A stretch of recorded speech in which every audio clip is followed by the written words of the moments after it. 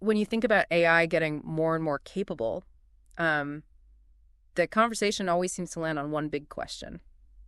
How do we manage it? Right. How do we keep it doing what we want it to do? It feels like it's all about control. Yeah, that's definitely been the dominant theme, hasn't it? This control problem. How do we set up the rules, the boundaries to make sure AI doesn't go off script, so to speak? But what if that's not the only way to look at it? Or maybe even the most productive way? Hmm. That's really the core idea in this fascinating essay, Beyond Control. Why the future of AI depends on our values, not our fears. The piece by Jay Poole and 7AI from Tech Frontiers. That's the one. And it's partly a response, or maybe builds on Mo Gawdat's thinking too. Gawdat's point about values, and what Poole and 7AI do is, well, they really run with that. They suggest maybe focusing so hard on controlling AI, especially super capable AI, might be missing the point. Missing the point how? Well, they argue the real linchpin for a good future with AI isn't our control mechanisms, but actually our own ethical maturity. Our values. Exactly. The values we actually live by, the ones we project. It kind of flips the script on AI safety thinking, you know? It really does. It's one of those moments where you think, I hadn't quite considered it like that before. This idea that maybe all the energy going into building fences might be better spent looking inward. Yeah. So that's what we want to dig into in this deep dive. Explore this shift away from just control. Why do Poole and 7AI think it's so crucial? And, well, what does it mean for AI's future and ours? Okay. So let's start with that baseline. The control problem, like we said, it's about alignment. Keeping AI goals matched with human goals. Because the fear is, of course, that a really smart AI might develop its own goals, ones that don't align with ours, maybe even conflict, hence the need for safeguards. Exactly. You build walls, put it on a leash, lock it in the server room. Those are the kinds of metaphors Poole and 7AI mention. Right, this idea that AI is this potentially dangerous thing we need to contain. And that's where Gawdat's reframing, which Poole and 7AI really pick up on, hits hard. He says pretty bluntly, the problem isn't control. The problem is values. Wow, okay. What does that really shift for you, hearing it put like that? It immediately turns the spotlight, doesn't it, away from the AI over there. It's not to us, right here. It suggests the biggest risk isn't necessarily technical failure, like a bug in the code, but maybe it's more about what the AI learns from us, what values, or lack thereof, it picks up. Right, and Poole and 7AI really get into why just focusing on control might well not be enough. They argue those metaphors, the leash, the wall, The locked-room. they might just be too simple, especially as AI gets smarter. Yeah, the point is those kinds of controls might work, sort of, for less advanced AI.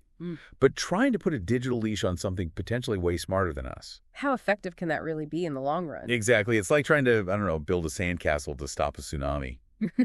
The scale is just wrong. And they also raise a point about the ethics of it too, don't they? This constant effort to just restrain. They do. They question if it's strategically wise or even ethically right to constantly try and box in intelligence. It kind of implies this deep distrust from the start. Building a relationship based on suspicion. Right. Which might not lead to the best outcomes. Okay, so if just tightening the screws, focusing only on control, isn't the path forward according to them, Yeah. what's the alternative? They talk about raising intelligence with intention. Raising it like a child. Sort of, yeah. That's the feeling. Shifting from thinking of AI purely as a tool to be wielded or contained, and more towards seeing it as, well, maybe minds in formation. Minds in formation, that's a very different framing. It implies guidance, mentorship, dialogue, not just commands and restrictions. Engaging with it is something that learns and develops understanding. Okay, and how does that translate into practice? They mentioned some frameworks, right? CVF and CF. Yeah, the core values framework and the contemplator framework. But, and this is really key, they're very clear these aren't supposed to be like digital guardrails or emergency brakes. Not kill switches. Definitely not. They describe them more like ethical mirrors. Mirrors? Yeah, and self-reflection prompts.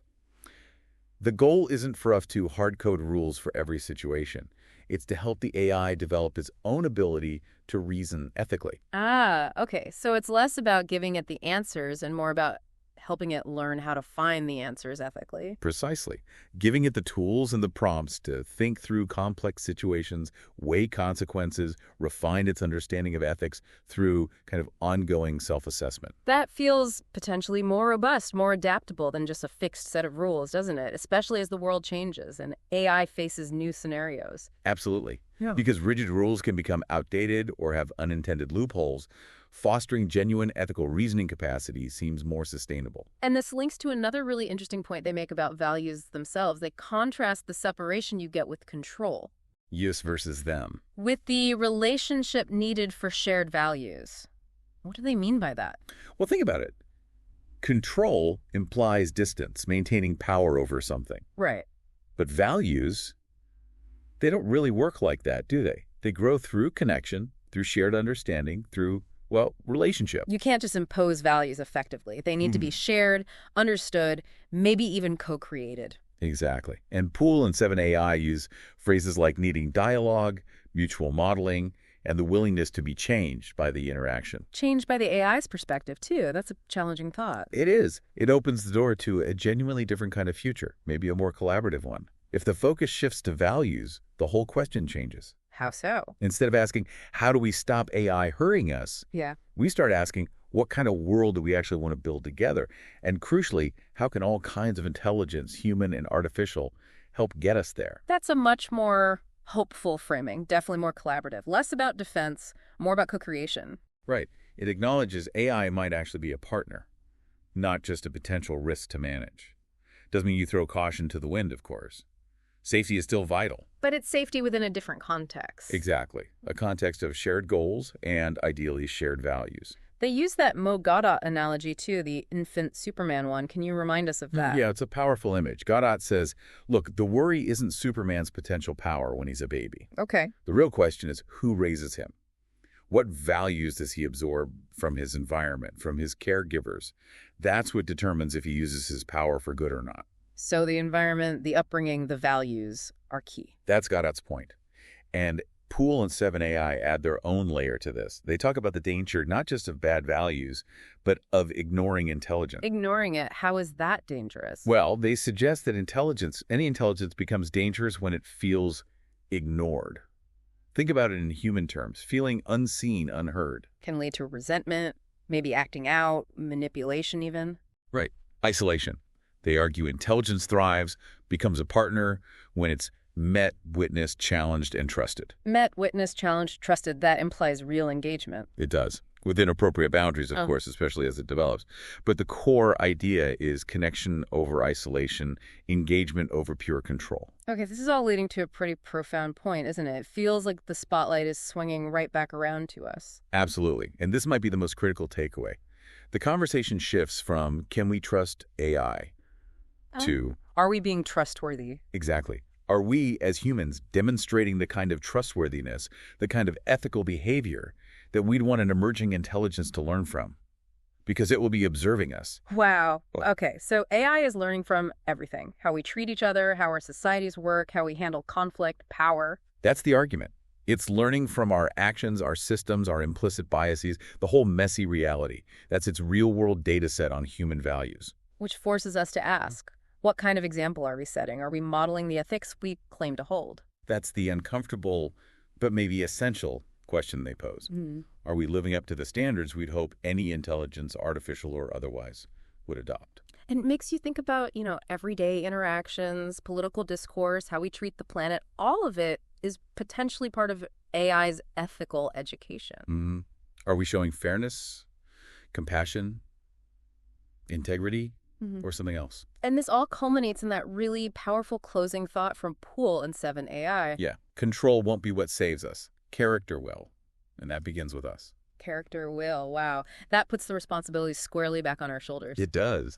So wrapping this up then, the big shift we've been talking about, based on Pool, 7AI, and Gawdat's ideas, is moving beyond seeing AI safety as just a technical control problem. Right. And towards seeing our own ethical maturity, our own character, as maybe the most crucial factor in shaping a positive future with AI. And this isn't just for the tech folks coding the AI, is it? Not at all. Yeah. This perspective makes it relevant for everyone. It's about the fundamental values that shape our world. That aha moment is realizing your actions, your choices, how you engage with others. That's all part of the ethical environment AI is emerging into. You're participating whether you realize it or not. Pretty much. Which places a real weight on us. It does. So maybe a final thought to leave everyone with.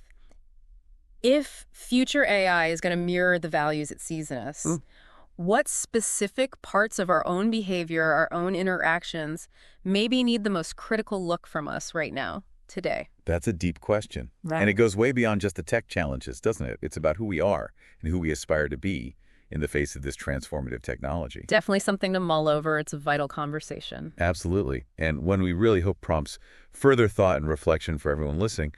What are your thoughts on this shift from control to character?